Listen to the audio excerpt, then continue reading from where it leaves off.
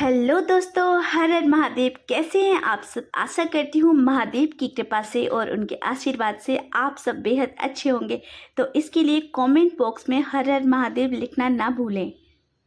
तो दोस्तों, अब मेरा आज का टॉपिक है पंचामृत। जी हाँ दोस्तों, क्योंकि सावन का महीना चल रहा है और शिवलिंग पर पंचामृत चढ़ाने का विशेष महत्व है। तो मैं अपने इस वीडियो में आपको यही जानकारी देने वाली हूँ कि पंचामृत क्यों चढ़ाया जाता है और पंचामृत को बनाने की सही विधि क्या है। पंचामृत चढ़ाने का आपके शरीर को भी फायदा मिलता है, वो क्या है। तो ये सब पंचामृत से रिलेटेड जानकारी है, वो मैं आपको इस वीडियो में प्रोवाइड करने वाली हूँ। तो इस वीडियो को बिना स्किप किए ध्यान से सुने। तो दोस्तों, सबसे पहले जो पॉइंट है वो है कि बेनिफिट्स ऑफ पंचामृत, यानी कि पंचामृत के क्या क्या बेनिफिट्स हैं। तो दोस्तों, ये बात तो आप सब अच्छे से जानते हैं कि मंदिर में सभी त्योहार या विशेष दिनों में पंचामृत देवताओं की मूर्ति के समक्ष अर्पित किया जाता है।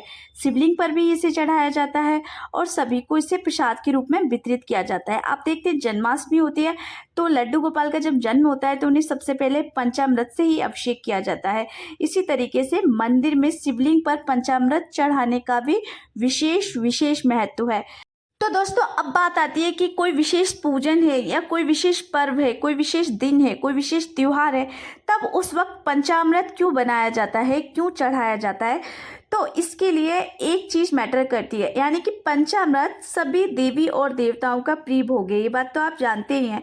कोई भी देव है, गणेश जी की बात कर लीजिए, लड्डू गोपाल की बात कर लीजिए, शिव जी की बात कर लीजिए, कृष्णा जी की बात कर लीजिए। कृष्णा जी वही हो गए, लड्डू गोपाल जो मैंने अभी कहा, या अन्य कोई देवी देवता है, सबके लिए पंचामृत विशेष भोग माना जाता है।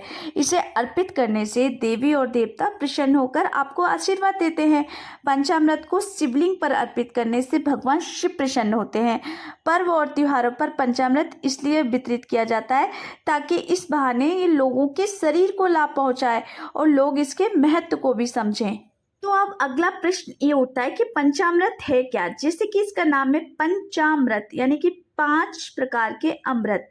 तो इसमें वो 5 अमृत कौन कौन से हैं वो मैं आपको इस वीडियो में बताती हूँ। पंचामृत का अर्थ है 5 अमृत, और वो 5 अमृत है। नंबर पहला दूध, दूसरा दही, घी, शहद और शक्कर, यानी कि ये 5 चीजें हैं जिन्हें अमृत तुल्य हमारे वेदों में और शास्त्रों में बताया गया है। तो इन 5 चीजों को मिलाकर पंचामृत बनाया जाता है। अब हम यह बात करेंगे कि पंचामृत में ये 5 चीज ही क्यों ली गई। इसके अलावा भी तो कई प्रकार की विशेष सामग्री, भोजन सामग्री उपलब्ध है, तो उनको क्यों नहीं मिलाया गया है। दूध, दही, घी, शहद, शक्कर ही क्यों। तो इसमें नंबर बाय नंबर मैं आपको बताती हूँ कि हर चीज़ की कितनी इम्पोर्टेंस है। सबसे पहले बात करती हूँ दूध की। दूध पंचामृत का प्रथम भाग है। ये शुभता का प्रतीक है, अर्थात हमारा जीवन दूध की तरह निष्कलंक होना चाहिए। और दोस्तों, दही का गुण है कि दूसरों को अपने जैसा बनाता है। दही चढ़ाने का अर्थ है कि पहले हम निष्कलंक हों और दूसरों को भी अपने जैसा बनाएं। अब नंबर आता है घी का। घी तो आप देखते ही हैं कितना ज़्यादा उसमें स्निग्धता यानी कि चिकनापन होता है, और वो स्नेह का प्रतीक है। इसलिए कहते हैं कि घी को इसमें इसलिए मिलाया जाता है पंचामृत में, जिससे हमारे सभी के साथ रिश्ते घी की तरह बिल्कुल स्नेह युक्त होने चाहिए, स्नेह युक्त भावना होनी चाहिए। सभी के साथ रिश्तों में मिठास बनी रहनी चाहिए। अब बारी आती है शहद की। शहद का मतलब है कि आपके अंदर वीरता आनी चाहिए। शहद है वो आपने देखा होगा, किसी भी इंसान अगर कोई शहद का सेवन करता है तो उसकी शारीरिक शक्ति को बढ़ाता है। तो इसका मतलब है कि शहद से आपका शरीर है वो बलवान होना चाहिए। अब आखिरी और 5वां अमृत है वो है शक्कर, यानी कि शक्कर की तरह आपके जीवन में मिठास बनी रहे। तो इसके लिए पंचामृत में शक्कर का भी विशेष महत्व है। अब ज्योतिषी और धार्मिक मान्यताओं की बात माने तो सावन के महीने में सोमवार के दिन यदि भगवान भोलेनाथ का आप पंचामृत से अभिषेक करते हैं तो भक्त की समस्त मनोकामनाएं पूर्ण होती हैं। अगर माना जाए शास्त्रों के हिसाब से तो बात आती है कि हमारा मानव शरीर है वो 5 तत्वों से ही मिलकर बना है।